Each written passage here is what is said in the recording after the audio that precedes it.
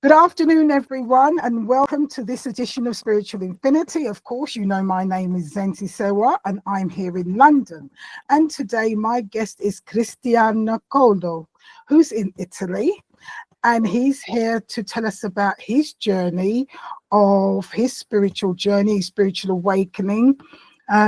Because, as I've said, this is a very magical time in the history of humankind, and we're all going through different things, and some of us are beginning to awaken and we don't know how to handle it, and we're a bit confused. So of course my program is to introduce different guests and to let you know what they experienced and what they went through and how they handled it, and hopefully that will give you a guidance. So without much ado, I introduce you to Cristiano, who is in Italy. Hello, Cristiano. How are you today? Hello, Zanzi. Pleasure to be with you. I'm doing really well. What about you? I'm very well, although in London it's a bit overcast. They did say tomorrow and the following day is going to be much warmer, so I'm looking forward to the heat. Yeah, British weather, hey? Yeah, I know. It's like, well, we are in autumn, so what do Yeah. we expect? Okay, so Cristiano, let's hear your story and what happened to you from probably an early age and what you went through and where you are today. Well, I have great memories from my childhood. Let's start from there. I had a great childhood, but as we all know, we all experience different traumas, and traumas it's really individual. So what affected me might not affect another person.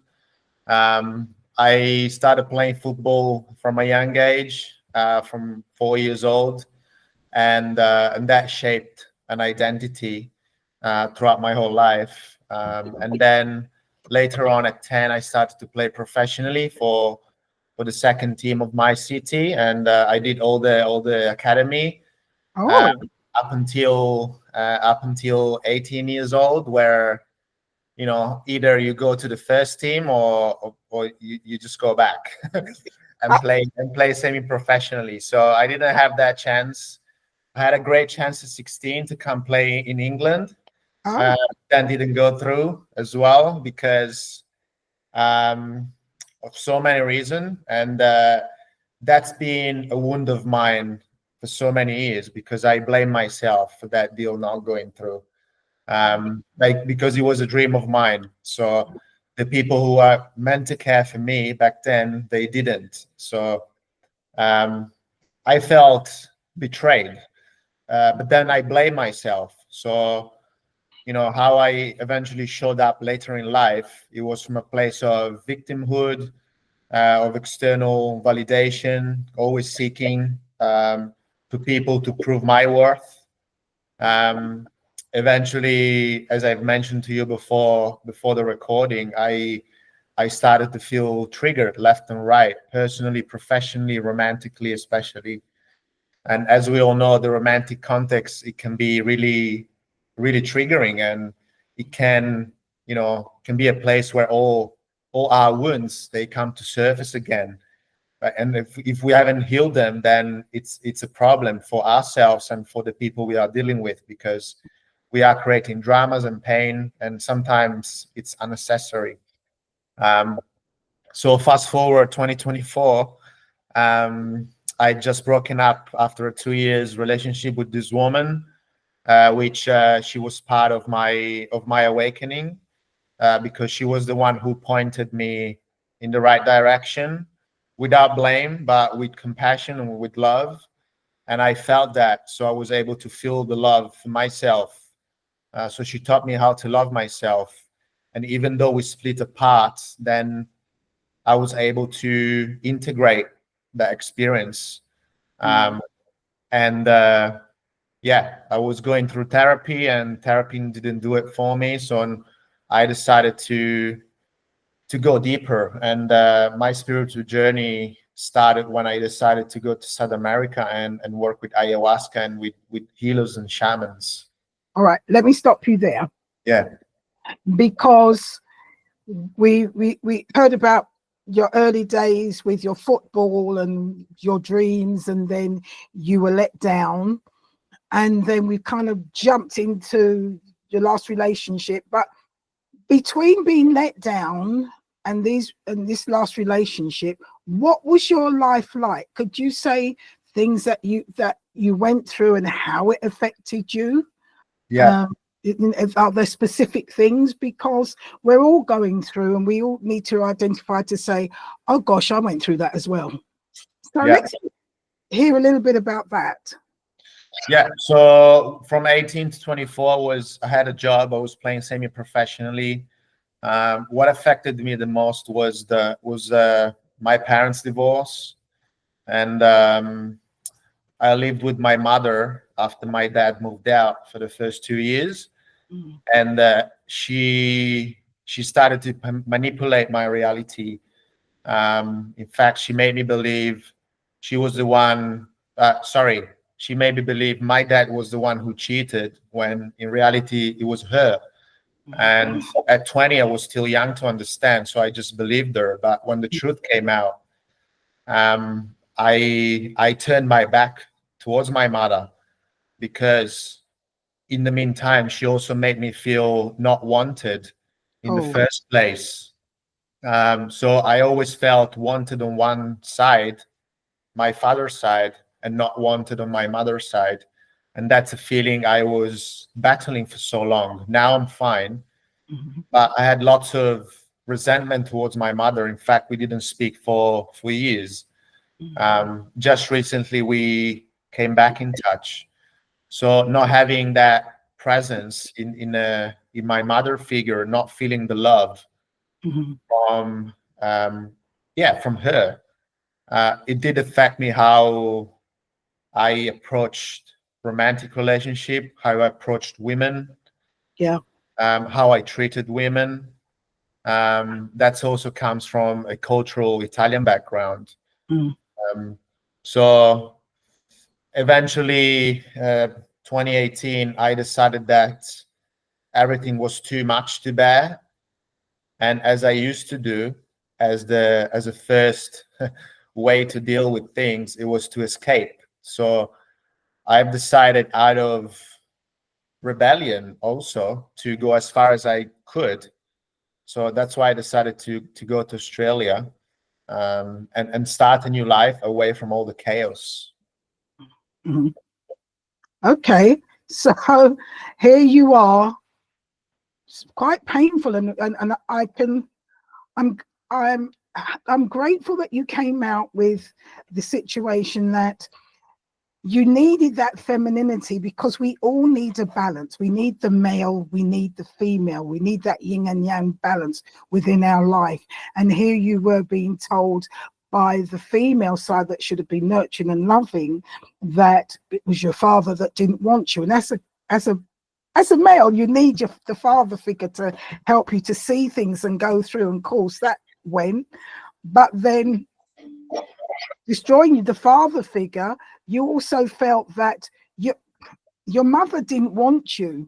So here it was, is that you're going through this pain, your father has left, you haven't got that father figure, you're now relying on your mother, and the mother figure of loving and caring wasn't there. Is that correct? Yes. Well, my father has always been supportive, even though he was the one who was made feel like He was feeling he was wrong. Yes, correct. So my mother made my father look like the assassin in a way. Yeah. But he's never been. So there's been a phase where I was angry with my father, because I thought that was the truth. Yeah. But then eventually we reconciliated, and when the truth comes to surface, that's when you understand who are the people that love you the most. Yeah. And so you came to this realization that although all the time your father was trying to show you love and affection, and then when it did come out, you thought, oh, no wonder he showed me the love and affection. My mother's saying no, but she's not showing me the love and affection. And of course, now going forward with relationships, you haven't had that masculine help to show you how to be, how to treat. And then you've got the anger against the female, and that you know, you should be like this and you're not.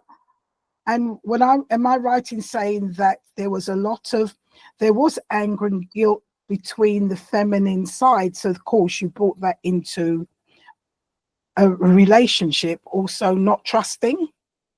Yes, there was a mix in between, as I mentioned before, the cultural imprinting of the Italian man, because Yeah, my dad's not perfect, right? He's got his own flaws. yeah, And then on the other side, I had my mother, who, although was encouraging me to express my creativity, therefore my feminine side, mhm, when I did, I was met with neglect. I was met with manipulation. So yeah, everything was at her advantage yeah, in a way. So if you combine this imbalance between the masculine and the feminine, then yeah. everything, as you said, came up later in my Right. relationship. Oh, how I even saw my sensitive self. I was ashamed of being sensitive and being vulnerable. I Mm, couldn't do it. It felt yeah, too much I felt naked, and I didn't like that. yeah. And of course, then you got up and you went off to Australia all on your own, Yep. facing a new life. And you're brave. You know, you've gone from Italy right to the other side of the world and started all over again. And what went on there? There was because there was an act of rebellion, as I said before. Also towards football, because football shaped an identity that I didn't want anymore. I no longer desired to be seen as a footballer, um, because people only praise me because my football skills, not because of my human nature. Mm, Um, or I've always been complimented or destroyed because of my good or bad grades at school. There mm, was never a consistency um, in my life. So I carry that with me, yeah. sometimes at the detriment of my own growth and evolution. So that's why it was an act of rebellion towards Mm, myself. I wanted to prove to myself that I could I could be someone outside of football, because it has been so much for me all my life. So I wanted to travel the world. I wanted to experience, to get out of my comfort zone, mm, to meet new people, to broaden my consciousness, to come out of my shell. mm, Um, and I'm glad I made that choice. I would make it again. mm. Um, so yeah, I began to travel and explore the world, explore myself, met wonderful people, I did a variety of experiences, spiritual, emotional, physical, mental, and that allowed me to eventually find my own balance in Melbourne. And yeah, I started to work as a personal trainer. So I work in the fitness industry for 4 years. Yeah. So dealing with clients one-on-one, that's also been a great. It's been a privilege for me, because you get to deal with real life every single day, and you get to support and help people in their own journey. Uh, so it taught me how to be compassionate towards people. It taught me how to be patient. It taught me how to show up for people when I didn't feel like it, even sometimes. So I'm grateful that I made the choice to go to Australia in 2018. Do you know, as I'm hearing you, and it didn't occur to me before, but listening to you, it's like, you know, when we women go to have our nails done, or we go for some beauty treatment, it's generally known, we sit down and we start to bond with our therapist, and we start to open up and talk about things, and to get them out. And listening to you as a personal trainer, um, I'm getting that the same thing kind of happens, because sometimes people train not just for fitness, but it's because the way they want to re-look at themselves, change themselves because of whatever reason. And am I right in saying, even as a personal trainer, a lot of things come out from individuals about their own personal life and their own personal pain that you also have to listen to? When I say you have to listen to it, they feel that they can open up to you. Am I right in saying that that does happen as a personal trainer? That's correct. As a personal trainer, you are much more than that. You are their best friend. Some days you are their best friend. Some days you are their the figure that how do you say, encourages them. Yes. Sometimes you can even be their father or their mother figure. Sometimes they just need to be listened to. So you have to work through their own struggles. And most of the time, it's not even just the physical aspect, but also the emotional and the spiritual and the mental, especially. So eventually, when I came back to Italy, can you hear me? Yes, I can hear you. Can I just stop you there? Yeah. Because also, because you confirmed that, I think as you're listening to other people and as you're listening to their pain as well and they're going through, do you find it was helping you with your pain as well and recognizing things within yourself? Well, most of the time, that's a great question, but most of the time I didn't have the time to work through like deep stuff like that. Because the session were 1 hour each, and they primarily come to me to train, right? So in between sets, there's not enough time to work through deeper layers of emotions. But sometimes just keeping on the surface, it's enough for them to it was enough for my clients to know more about themselves. And because they would express that to me, then I would receive feedback for my own self, because in a way it's a mirroring, right? So that's why it feels like a privilege to have worked with so many different people and different backgrounds, different goals. So yeah, I'm grateful that I went through that phase of my life. Yeah, as you say, it wasn't a case where you had time to work on yourself, but it made you, I suppose, in your quiet times, reflecting on what other people are going through. It kind of reflects, it helped you to reflect on yourself. It probably brought up questions within yourself as well. And this is what I was thinking, that, you sit back, you've helped this person, but you think, I'm going through something like that. Oh, this is how it feels. Or this is what I probably need to do. It's time for reflection on you. So fast forward. Okay, you've done that. You've done that journey. You're helping people, and it is a privilege. It is a privilege when people feel comfortable enough to be vulnerable in front of you. And I find that myself, it is such a privilege.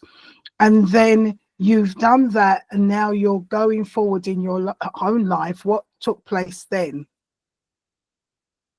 Are you asking about after when I came back to Italy?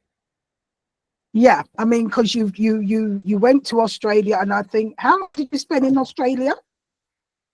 I stayed 7 years, from 2018 to 2025. Okay, yeah. So all that time you've been training and helping people, and things have been coming up about yourself as well. Did you at any time feel that you needed to probably go for some meditation or something whilst you were in Australia? Was there anybody that influenced you? Yes. I would say late 2023, I came across meditation for the first time. I obviously knew what that was, but I never practically did it. So fortunately, there was a Buddhist temple in Melbourne, up in the hills, like really isolated from society and the city. So a client of mine introduced me to that. And I just said, it felt aligned. So I just said, yeah, I'll come with you and give it a go. So I went to receive some Buddhist teaching, and they taught us how to meditate. And eventually I started to do silent retreats. So spending long periods of time in silence, without speaking, without communicating in any way with other people, not even eye contact and body language. Okay. And that forced me to really look inside myself and get to know myself and meet my fears and meet my doubts, and not escape from them, because there was no escape from that silence. It was up in the hills. I couldn't even walk around back into the city. So that was a great way to. You were stuck with you. You and you. That's it. That's how I did it. And it obviously takes curiosity, because I understand that it can be confronting.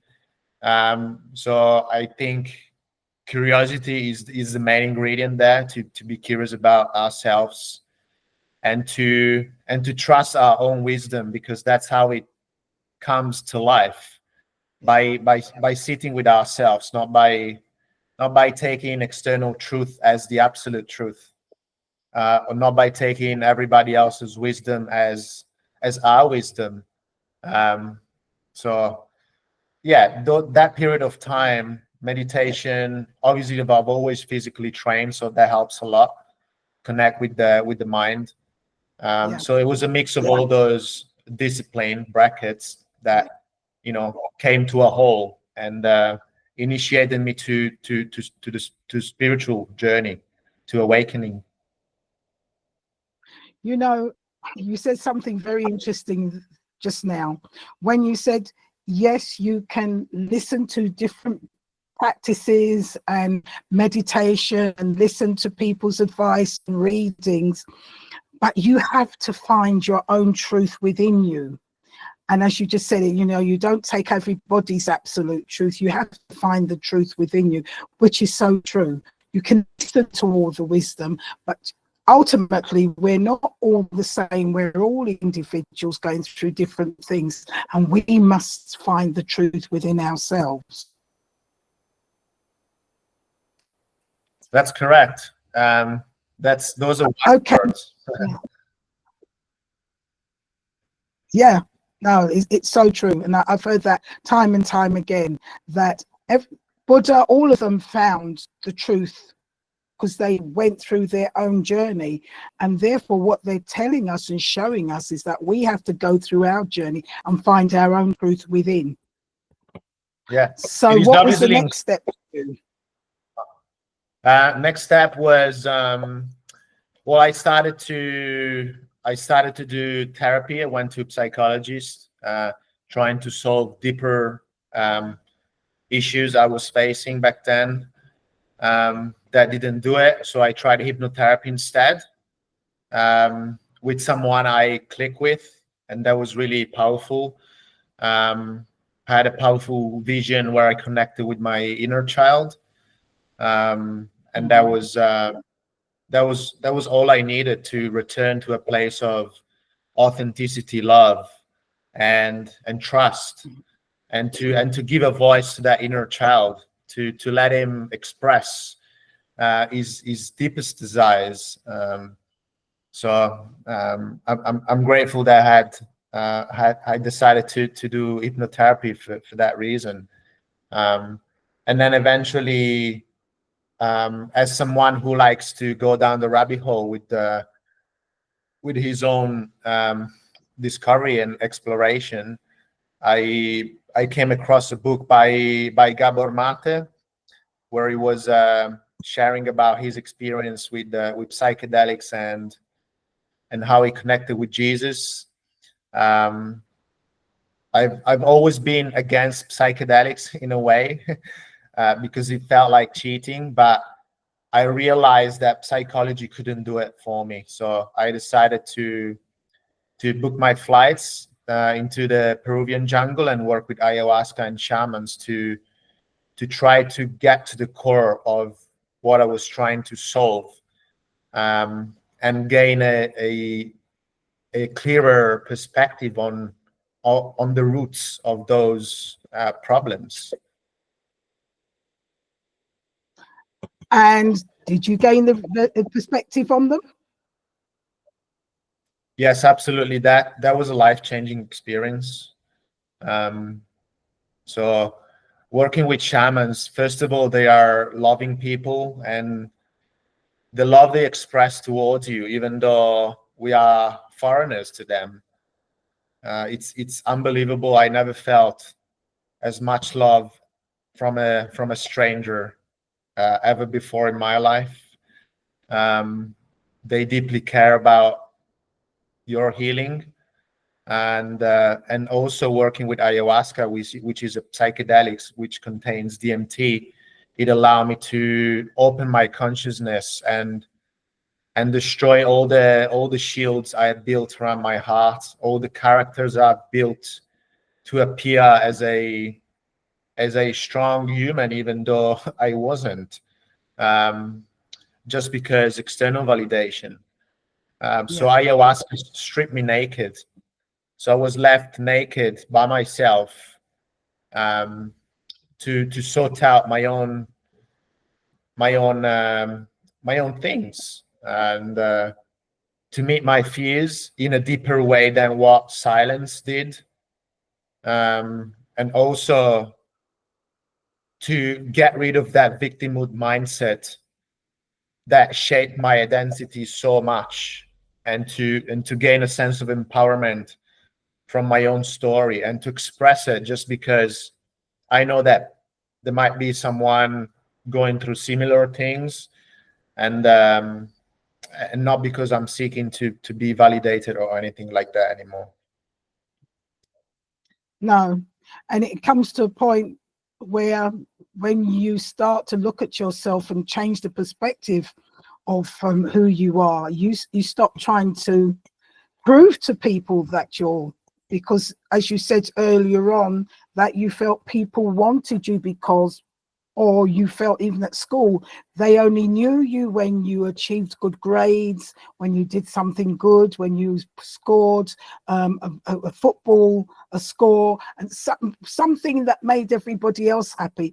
But it was though they wasn't seeing you. So of course what you needed to do is let go of trying to please people, and Yes. just be who you are, and therefore wanting people to see who you are, and attracting people who just wanted or was drawn to you as a human being, not what you could have achieved, what you're famous for, but just the heart within you coming out to be the person you are. And the realization came when I realized that because of that, I was hurting people, and I was sick, and I was treating people the same way I was treated. So I was treating and dealing with people by approaching them. Oh, what can you do for me? And if they did something good, then I would be available to them. If they did something bad, I wouldn't be available to them, because this imprinting was so heavy on my soul.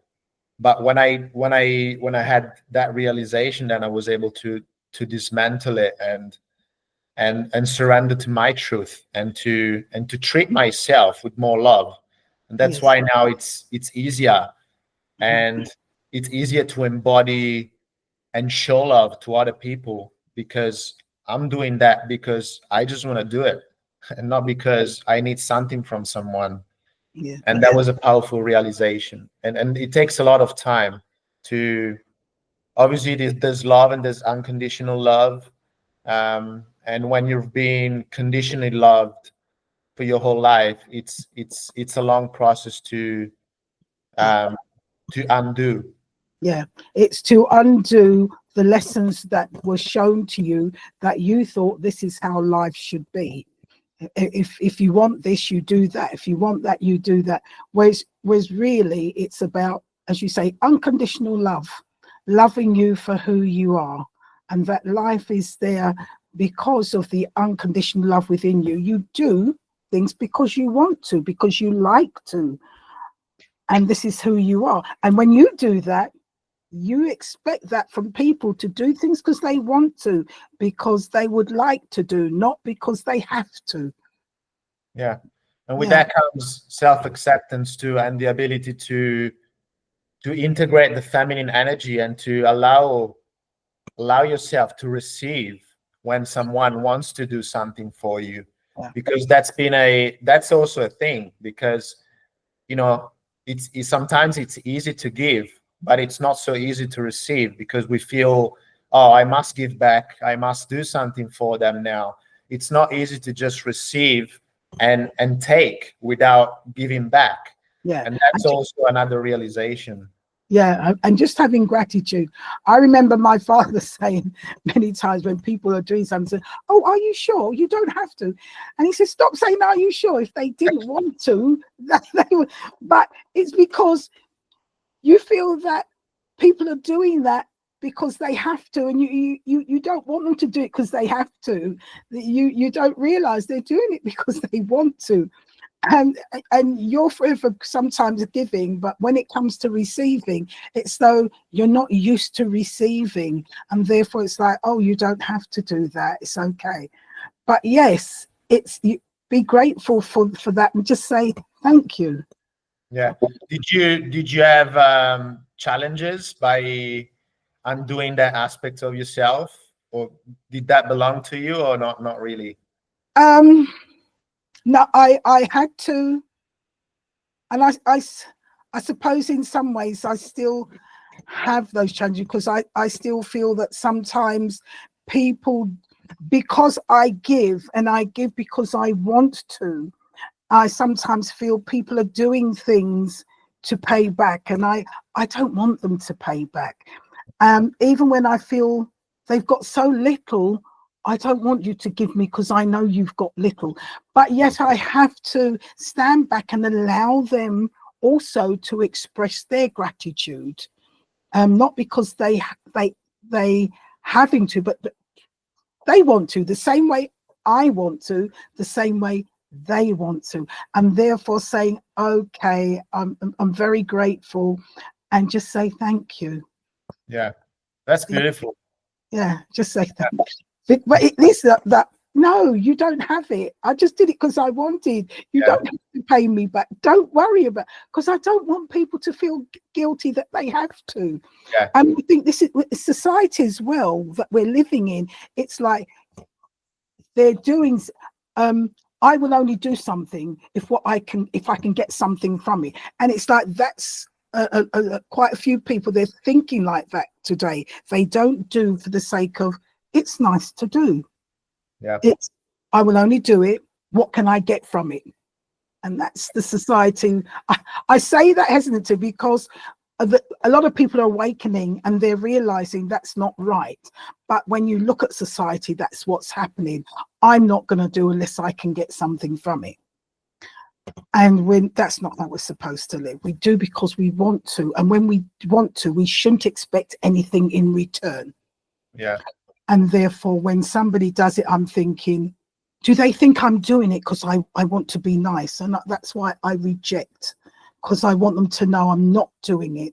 And I don't know if you feel the same way as well. When you're doing something, people might feel that you're doing it for some reason, when you're not doing it for any reason, you just want to do it. Yeah. Well, it's obviously I've learned to do things because I want to do it, or to say things because I want to say them without expecting nothing back. Yeah. I do feel like you, that when I feel someone wants to give back because I've given first, like I am receptive to that. I feel when they are doing it because they want to pay back, or when I do it personally. So in that case, I just try to pause and ask myself, am I doing it because, am I being genuine, or because I feel a lack of, or because I feel guilty. So in those situations, I take a few days even to reset, and then maybe I'll still do it, but from a place of Yeah. alignment and intention rather Yeah. than out of guilt. Yeah. At the same time, it's hard to know when someone is doing it generally Yeah. or the reason to pay back, and we can't control that. So as you said, we must give people freedom and space to show up as they want, and I am sure that they question themselves too. Yeah. Yeah. No, as I said, it'll come to a time where you'll just do for the sake of doing because you want to do. But when people return, you're thinking, I didn't do it because I wanted to return. But at the same time, you have to think they just want to show thanks. And then you say, oh, thank you. But you didn't have to. And you just have to accept it because they need to give as well. And so you need not to take that away from them. And that's difficult. Yeah, it's not for granted. No.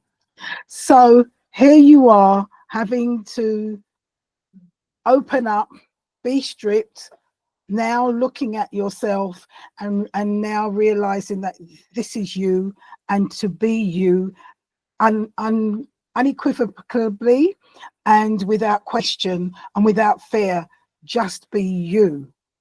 And that sometimes can be difficult because sometimes you say things or do things because it's the truth, and sometimes people think, oh, but otherwise you're being false. And it sometimes I say it's being brave. You just have to be you and do knowing that what you need to do is what you feel to do. And this is where you are now.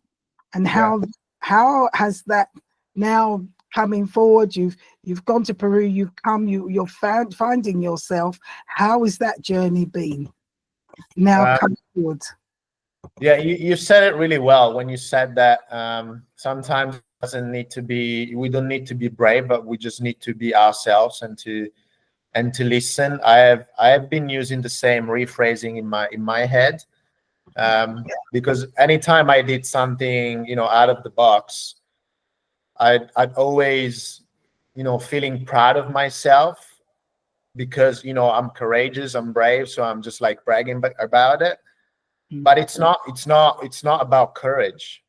It's about listening to our intuition and to listen to our bodies, to our wisdom, and to follow that.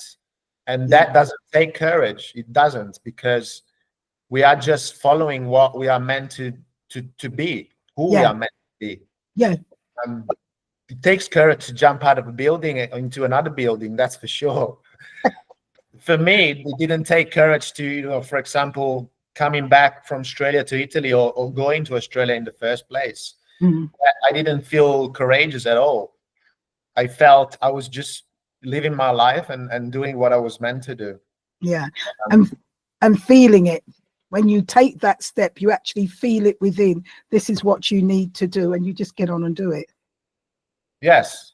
And you just need to trust and surrender to the unknown, and to that, God has a plan for you. If you believe in God, if you believe in the universe, the universe has a plan for you. But also you need to be cultivating self-esteem and backing yourself up, and knowing that no matter what, you will find a way to be where you need to be, and to grow and to evolve. So that's what happened to me after coming back from Peru, coming back to Australia first and coming back to Italy. I found a connection with my most authentic self, where I was in a place of awareness and full presence with my life. I was present in the moment. I wasn't thinking about what happened in the past. I wasn't projecting onto the future either.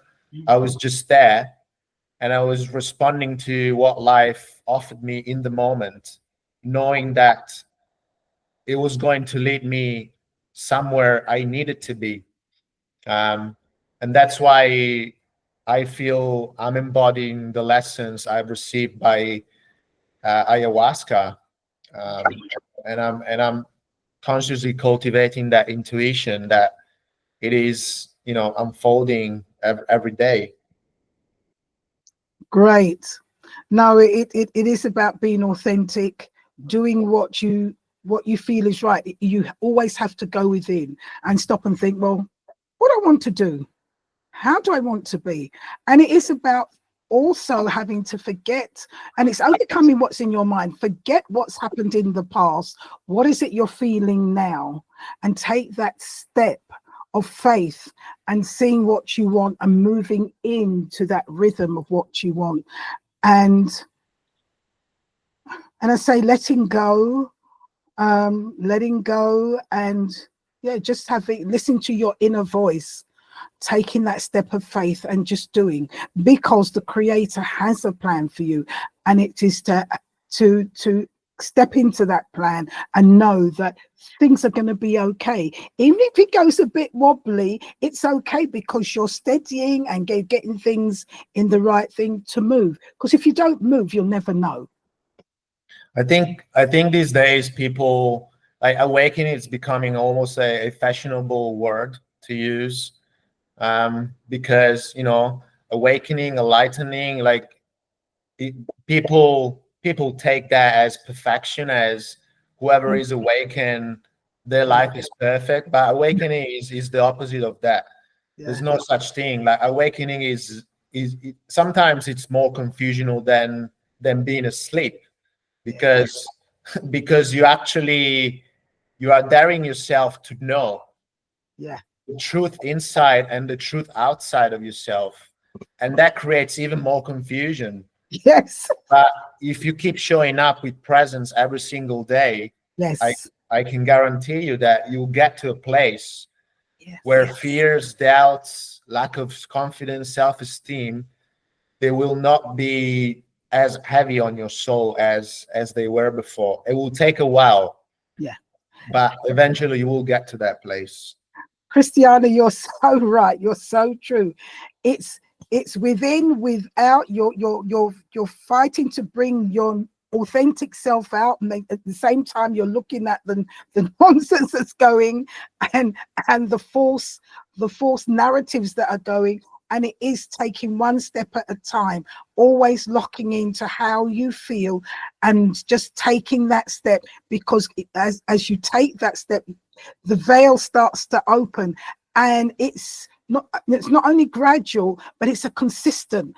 And you're quite right when people say it's awakening, or I've awakened that. No, you may be awakening now, but now the turmoil starts, because inside's waiting to show you this, and what's outside is something else. And what it's doing is stripping away all the false narratives, so that your inside then projects what's really going on and strips everything away.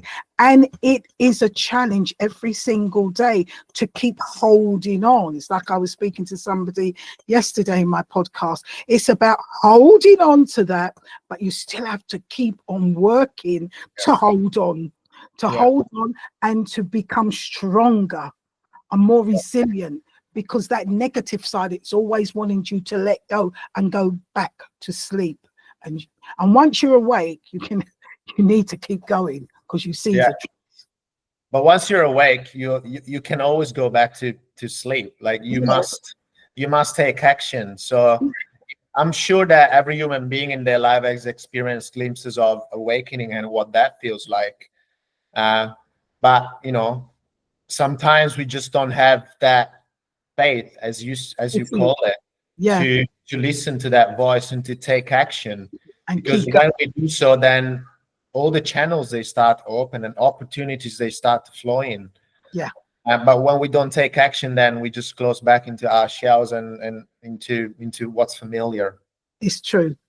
So, Cristiano, now come into this present time, because you've gone to Peru, you've gone back to Australia, you've come now back into Italy early this year. What is your life doing now? How is your life projecting now? What are you doing? I feel in a space of alignment and creativity at the moment. I'm still following online clients in the fitness industry, so I'm still working online with them. I'm in the process of finishing my first book, which is called Awakened by the Forest, and it is a memoir of ayahuasca and inner evolution, which narrates my experience in the jungle and in more details what we talked about, childhood traumas, and how I integrated afterwards. Yeah. So that's not far. Let's say 2-3 months from now, I'll be publishing. And I'm in the process of also opening my my little studio where I will do energy work, body work for women. So I'm finishing my training in November. So I'm opening a studio where I can practice. So those are my main source of creation at the moment. Lovely. So when you say energy work, what type of energy work? It's Tantra. So it's relating sexuality and spirituality and creativity. So Tantra is a discipline that includes spirituality, that includes sexuality too. So there's a large focus on the somatical feeling of the body. So touching the body in all its aspects. And Tantra allows the therapist to come in connection with the client and to heal and to open channels for creativity and healing. So that's my yeah. Cristiano, your journey has been a journey. I love it because here you are with the same sensitivity of the body, the sexuality, male, female, because that is what shaped you from earlier on and gave you so much pain with your mother and your father, and understanding that the male side was missing. You wanted to be in touch with your female side, but then the control from your mother, and and now you come full circle to realize they both have to, like yin and yang, balance, and they both need to be present within us. And when there is an imbalance, that's when we become imbalanced, and it affects us in so many ways.